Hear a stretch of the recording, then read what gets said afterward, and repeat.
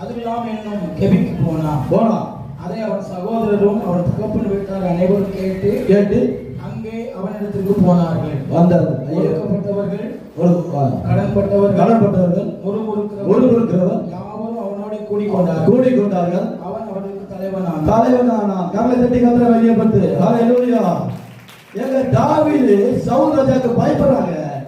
சவுல் ராஜாக்கு பயப்படுறான். நான் இடத்துல ஓடான்னு எனக்கு கொண்டு ஓட தாவீது சவுல் கொண்டு ஓடான்னு பயந்தான். அதுல அவனுக்கு வேலை போய் ஒளிஞ்சான். அவனை தேடி சகோதரர் வந்தாங்க, தாய் வந்துச்சு, தகப்பன் வந்தாங்க. ஆனா நம்மளுடைய கிறிஸ்துவா இருக்கிறோம், நம்மளை தேடி யார் வருதில்லை, சகோதரன் வருதில்லை, தாய் வருவதில்லை, சகோதரி வருவது கிடையாது. காரணம் நாம் அன்பு செலுத்துவது கிடையாது. நமக்கு அன்பு கிடையாது. காண்கிற சகோதரத்தில் அன்பு செலுத்தாதான் காணாத எப்படி அன்பு செலுத்துவ?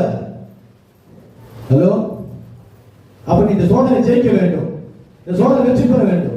தாவீது போய் ஒளிஞ்சாரு, அவர் உயிருக்கு பத்தி தான் ஒளிஞ்சாரு. திரும்பி பார்க்கிறான், 400 பேர் பின்னாடி நின்றான். எத்தனை பேரையா? 400 பேர் நின்றான். அவன் அவனுக்கு தலைவனானா? தலைவத்துவம் உங்களை தேடி வரணும். நீ தேடி போகாத தலைவத்துவத்தை, ஆசீர்வாதத்தை தேடி வரணும். நீ ஆசீர்வாதத்தை தேடி போகாத.